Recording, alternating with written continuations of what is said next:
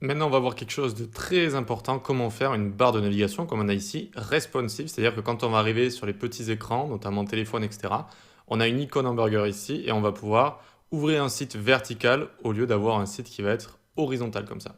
Ok? Allez, on va voir ça tout de suite, c'est très très important parce que une barre de navigation responsive, on en a sur chaque site en fait, tout simplement, donc il faut savoir le faire. Allez, on y va, on se retrouve dans notre ici cours qu'on avait juste là. Donc c'est pas un exercice, c'est plus une mise en pratique de choses qu'on apprend. Voilà. Donc nav ici, tac, et on va faire une liste ensuite avec liste nav. On avait déjà fait une navbar, mais elle n'était pas responsive.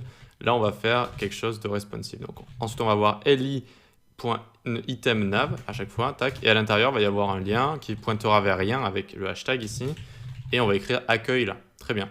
Maintenant, on prend le premier li et on le colle une fois, deux fois, trois fois, quatre fois. Et on va juste changer à l'intérieur. J'avais écrit service. Voilà, des choses qu'on écrit souvent. Tarif, par exemple. À propos, pour faire le A majuscule, accent gras, vous faites Alt 183. À propos, tac, et contact à la fin. Ok, nickel. On a nos liens ici. Le hashtag, ça veut juste dire que ça pointe vers rien. Si je clique, vous voyez que ça pointe vers rien du tout. Très bien. Ensuite, ce qu'on va pouvoir faire, c'est en dessous de la liste, ici on fait une div avec la classe btn toggle container. Btn toggle container, à l'intérieur, il va y avoir une image ici, et on peut déjà remplir le alt, ça va être une icône menu hamburger.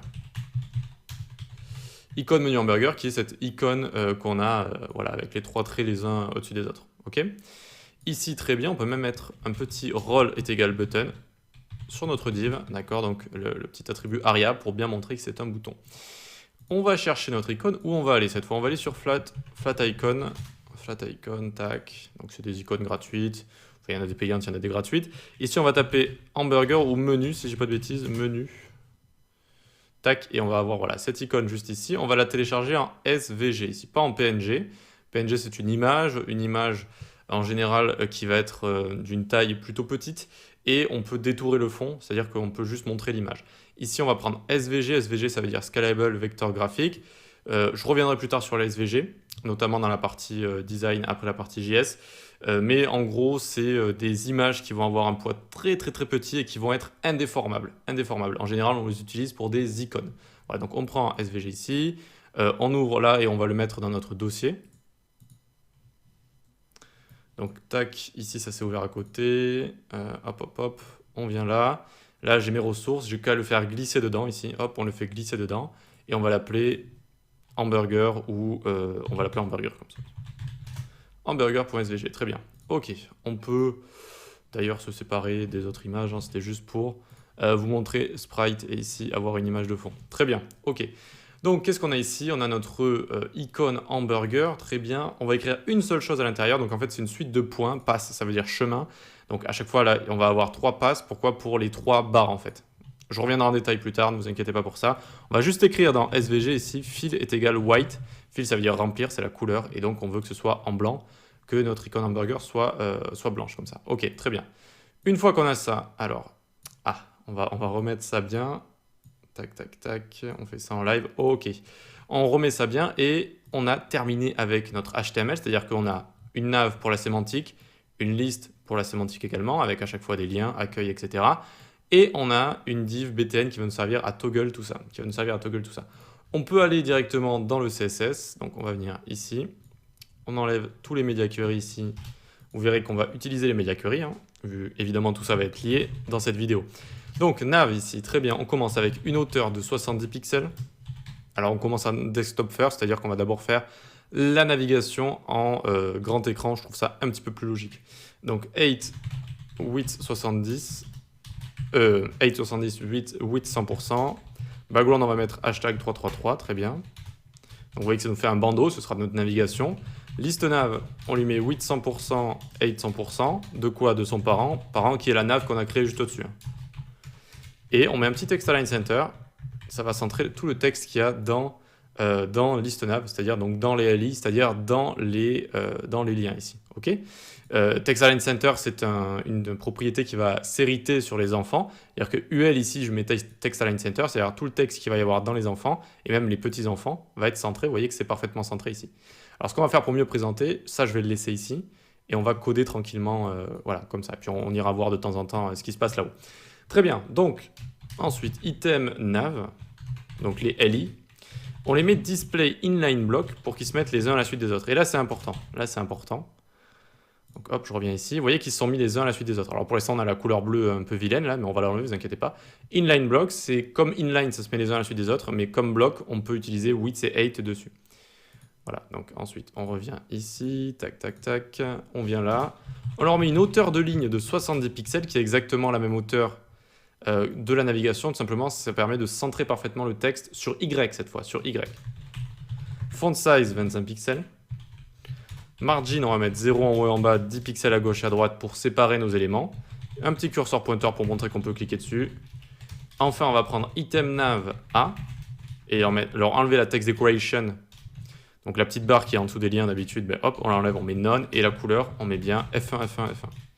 Et là, déjà, ça devrait ressembler à quelque chose. Donc on vient ici. On a nos éléments qui sont les uns à la suite des autres. Line 8, en fait, 70, c'est-à-dire la hauteur de notre navigation. Ça met 35 pixels au-dessus, 35 pixels en dessous. Donc ça centre parfaitement sur Y. OK ? Voilà, quoi d'autre à dire? On a enlevé la couleur des liens, etc. Donc maintenant, ça ressemble un petit peu plus à quelque chose comme ici. OK ? Juste ici, j'avais mis un fond un petit peu plus sombre, si je ne dis pas de bêtises. Donc on continue. On se retrouve ici. Tac. Hop. Point .btn toggle container. Notre bouton. On lui met une pause ABS, absolute, top 15 pixels, right 15 pixels, et display none de base. De base, on n'a pas envie de le voir en grand écran, mais pour l'instant, je le mets en commentaire pour qu'on puisse quand même voir ce qu'on a codé, évidemment. Image qui est à l'intérieur de notre bouton, on lui met une width de 40 pixels, et un curseur pointeur pour montrer qu'on peut cliquer dessus également. OK ? Le curseur, d'ailleurs, on va le mettre sur le container plutôt que sur l'image. Donc ensuite, on revient ici. On a l'image, sauf qu'on n'a pas rempli la source. Et oui, donc ça, c'est sûr que ça va pas très bien marcher. La source ici, on est dans ressources / hamburger.svg. Aussi simple que ça. Et hop, on a ici notre icône hamburger. Vous la voyez, mais en grand écran, on n'a pas envie de la voir. Donc, on lui rajoute le display none. Ici, hop, CTRL-KU, et c'est bon. Ok, on a commencé. La première étape est faite. Maintenant, il va falloir faire les media query. La partie responsive. Donc ici, on va ouvrir la console. Histoire de, tac, hop. On va rétrécir en fait et on va voir à partir de quand notre navbar n'est plus correcte, elle n'a plus assez de largeur. Du coup, regardez les éléments, ce qu'ils vont faire, ils vont passer hop, les uns sous les autres comme ça. Et ça, on n'a pas envie d'avoir ça, d'accord, c'est pas bien. Donc on descend et on voit qu'à partir de 650 par exemple ici, c'est bien pour laisser toujours une petite marge avant de changer le design. 650, ça me paraît correct ici, vous voyez. Hop, vous pouvez marquer 650. Même quand vous cliquez dessus ici, vous pouvez jouer avec les flèches directionnelles si vous avez vraiment envie d'aller au pixel près comme ça. Donc 650, ça m'a l'air correct. On va transformer ce menu à partir de 650 en un menu vertical avec l'icône en haut à droite. C'est parti. Avec quoi? Qu'est-ce qu'on va utiliser à votre avis? Eh bien, ce qu'on a vu précédemment, les media query. @media screen tous les écrans et à partir de max width 650 pixels. Tac, ok. Allez, on commence par montrer notre bouton. BTN toggle container, on lui met display block. Ok, il passe de display none à display block. Pas plus dur que ça. Ensuite, on va prendre notre nav, juste notre nav ici, on va lui mettre un border bottom de 1 pixel solide hashtag F1F1.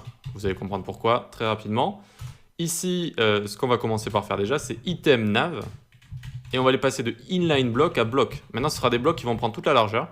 On n'oublie pas de leur mettre un BG, regardez, parce que sinon, on revient ici. Nos blocs ici, ils sont là, vous voyez, ils sont là. Accueil, service, tarif, à propos, contact.